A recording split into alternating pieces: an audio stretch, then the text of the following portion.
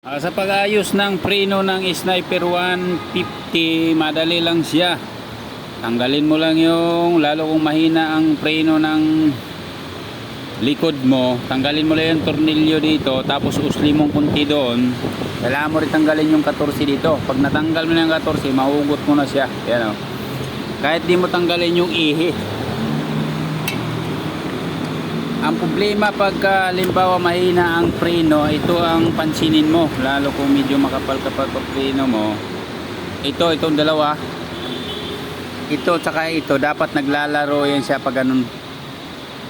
Pag matigas yan, ito matigas to eh. So di ko lang mahawakan yung kwan. Ito yung problema pagka halimbawa matigas ang preno mo na mahinang kumapit, kailangan mo siyang grasahan to. Tapos ito, ganun din, lalagyan mo ng grasa. Kailangan siya, naglalaro siyang paganyan. Tapos piston, isa rin yan na mahina. Kailangan din siya, pag ipasok mo siya, malambot din siya ilabas. Tapos bleed fluid, pag binalik siya, dapat lagyan siya ng grasa.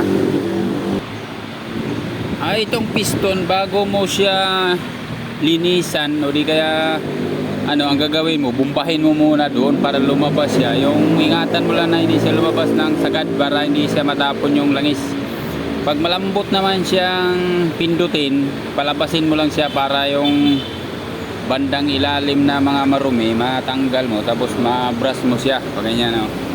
Ngayon pagka malinis na siya, ilabas-pasok mo siya. Kailangan paglabas-pasok mo siya malambot, pero kung pagpasok mo malambot, pag ilabas matigas, may problema pa siya. Kailangan linisin mo na yung pinakailalim dito sa, may dalawang o-ring yan dito sa loob.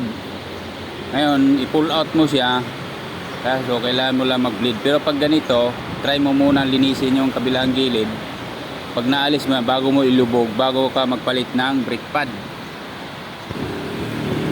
Ayun, pag nalinis mo na yung piston, bago mo siya itulak, kailangan mo lang siya ng dalawang ganito.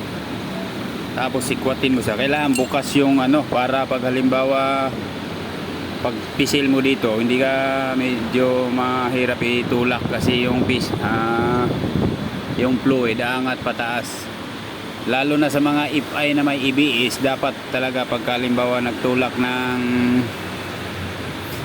ka ng piston, buksan yung lagayan ng kasi pagka hindi mo binuksan tapos may EBS yung motor mo, katulad sa mga ganyan di EBS, ito mga EBS yan, delikado, papasok yung fluid sa module. Ngayon pag nasira yung module, yung pisa doon sa loob, pag nagkaroon ng langis ng fluid, masisira siya. Pero ito wala problema to kasi hindi man to siya EBS type. Ganyan lang, pagka itulak mo to, lalabas yung kasi pagka puno to na itulak mo to, may posibilidad na mahirap siyang itulak, matigas.